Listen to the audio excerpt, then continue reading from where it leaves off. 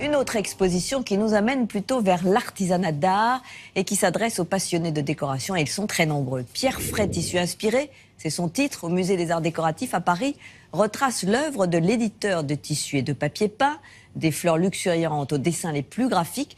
La maison présente ses nombreuses collaborations avec des graphistes et artistes inspirés. Sébastien Thème.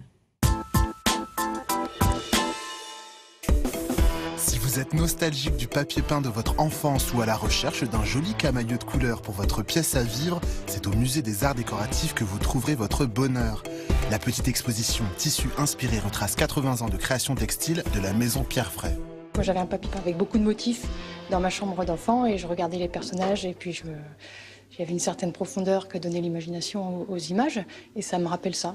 La grand-mère de mon mari avait des tissus, des rideaux, ou avait recouvert des meubles avec des tissus Pierre Fray. Voilà, c'est comme ça que je connaissais ça. Quelles que soient les époques, il y a eu des fleurs chez Pierre Fray et elles sont assez symptomatiques de chaque époque en fait. Dans les années 30, on a des fleurs très stylisées. Dans les années 70, des choses un peu plus graphiques. Les années 80, on est vraiment dans l'abondance de la nature.